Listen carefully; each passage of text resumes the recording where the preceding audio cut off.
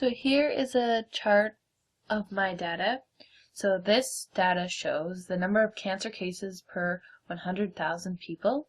So for example, it means that from ages 60 to 64, there's 1,059 cases out of 100,000 people.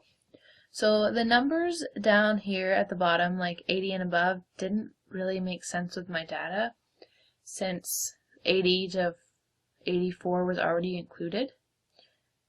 And so I just wanted to take that out of my graph.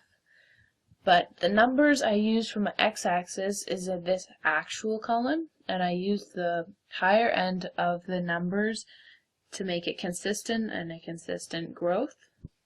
So the reason that this point is dropping off and it doesn't make sense is because when people get cancer, they tend to die. So the number of people is receding because there's people dying, and once you get up to the age of past 74, there's not many people still living with cancer. So you're just that's why the numbers kind of don't continually grow. So I'm going to take out the last number because it doesn't really make sense in this data to drop.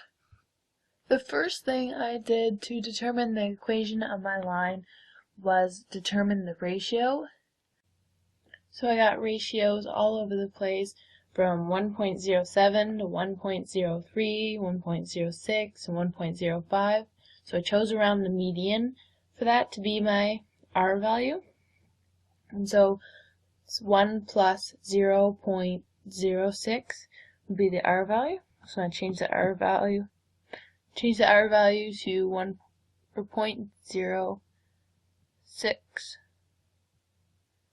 So there it is. And so the R value is for fine-tuning as well as the P value is for fine-tuning. So you get it quite matched up with the curve quite well when you do this. So as you can see, when you play with the R value to fine-tune it, it goes above the dots and below the dots, and so 1.06 was a good R value. So this ratio represents the amount of growth to the next age group. And so it is having a 6% increase on top of the initial value that it has. So there's 6% more people every single age group that there is. So the next thing I did after I got my ratio in my equation is I played with the sliders of J and P. So to fit my line. So I wanted a smaller space in here and small, like touching more points at the top, since that's what a good line would do.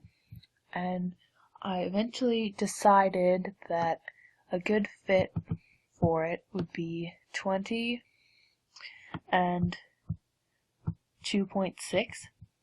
I chose those because there's minimal spaces as well as hitting the top points, which is important.